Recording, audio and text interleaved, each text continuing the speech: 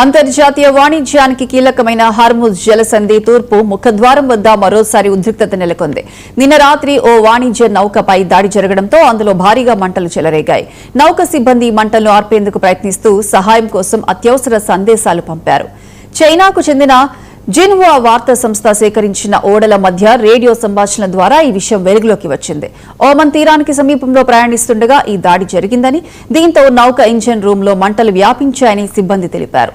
నౌకలోని carbon dioxide fire separation system ను activate చేసినప్పటికీ hydraulic వ్యవస్థ విఫలం కావడంతో మంటలను అదుపు చేయడం కష్టంగా మారింది. సహాయం కోసం వారు చేసిన అభ్యర్థన మేరకు సమీపంలోని ఇతర నౌకలు ఘటనా స్థలానికి బయలుదేరినట్లు కూడా సంభాషణలో రికార్డైంది.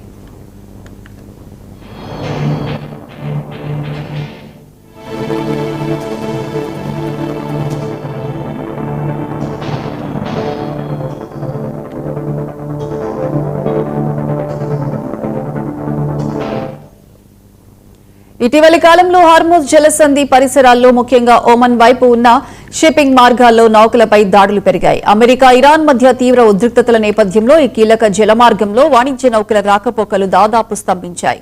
ఓమన్ తీరానికి సమీపంలోని మార్గాలను ఉపయోగించాలని అమెరికా సైన్యం సూచించినప్పటికీ ఆ మార్గాల్లో ప్రయాణిస్తున్న నౌకలపై కూడా ఇరాన్ దాడులకు పాల్పడుతూ